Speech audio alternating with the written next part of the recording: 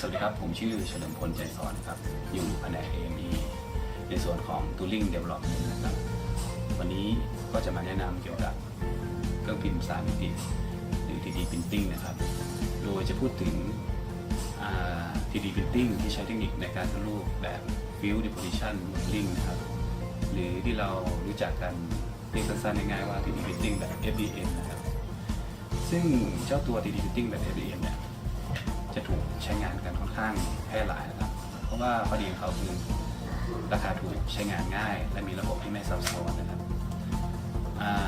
ขึ้นรูปชิ้นงานได้ค่อนข้างที่จะหลากหลายชนิดหลายประเภทแล้วก็งานที่ผ่านการขึ้นรูปจากระบบ ADM เนี่ยสามารถใช้งานได้จริงนำมาขัดแต่งเจาะหรือ machining ด้วยวิธีต่างๆก็ค่อนข้างที่จะทำง่ายๆนะครับโดยในบางครั้งเนี่ยเราก็ยังสามารถทำเป็นโปรโตไทป์ก็เป็นชิ้นส่วนของเครื่องจักร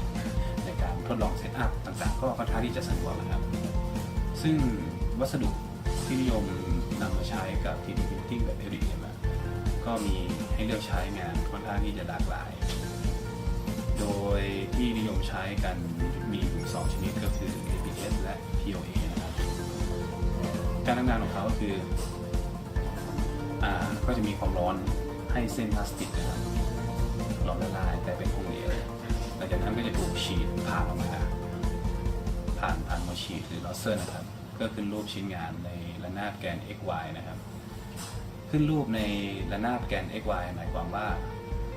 เขาจะขึ้นรูปในชั้นที่1ก่อนนะครับซึ่งเมื่อเราทำการออกแบบสมมติว่าเราออกแบบชิ้นงานเป็นกล่องสี่เหลี่ยมเนี่ย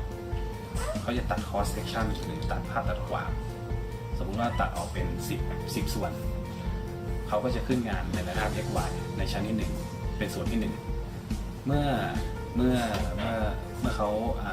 ขึ้นงานขึ้นรูปในส่วนที่1เสร็จแล้วตรงฐานพิมพ์ก็จะเลื่อนขึ้นไปชั้นที่2เพื่อให้หัวฉีดขึ้นรูปในชั้นที่2ต่อกันไปเรื่อยๆจนถึง10 ชั้นก็จะได้เป็นชิ้นงาน3 มิติขึ้นมานะครับโดยความละเอียดในการขึ้นรูปของเขาสำหรับเครื่อง 3D Printing เนี่ยความละเอียดต่ำสุดที่สามารถปรับได้ก็คือ 0.1 มิลลิเมตรหรือ100 ไมครอนนะครับ100 ไมครอนหมายความว่าหัวฉีดจะทำการขึ้นรูป1 ชั้นด้วยความสูงที่ 0.1 มิลลิเมตรเมื่อเราต้องการชิ้นงานที่เราออกแบบต้องการความสูงที่1 เซนติเมตรหมายความว่า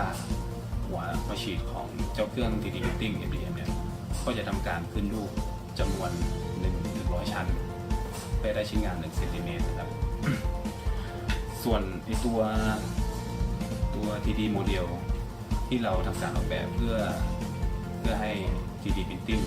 ทำการพิมพ์เป็นรูปร่าง3 มิติก็สามารถใช้ได้หลายๆโปรแกรมสำเร็จรูปเช่นพวก AutoCAD SolidWorks พวก SketchUp Maya Unity UG หรือแม้กระทั่งในปัจจุบันPhotoshop ก็สามารถสร้างโมเดลที่จะสามารถสั่งให้ 3D Printing เป็น3 มิติได้ครับด้วยการเซฟไฟล์ที่ไฟล์ที่เรียกว่า .scl นะครับยกตัวอย่างนะเมื่อเราทำการออกแบบ 3D โมเดลด้วย AutoCAD แล้วก็แค่เพียงเซฟไฟล์เป็น .scl หลังจากนั้นก็นำไฟล์ตัวนั้นเข้ามาใส่เครื่อง 3D Printing เครื่อง 3D Printing ก็จะทำการ generate ไฟล์กลายเป็น G code เพื่อสั่งงานให้โมเดลวิ่งไปต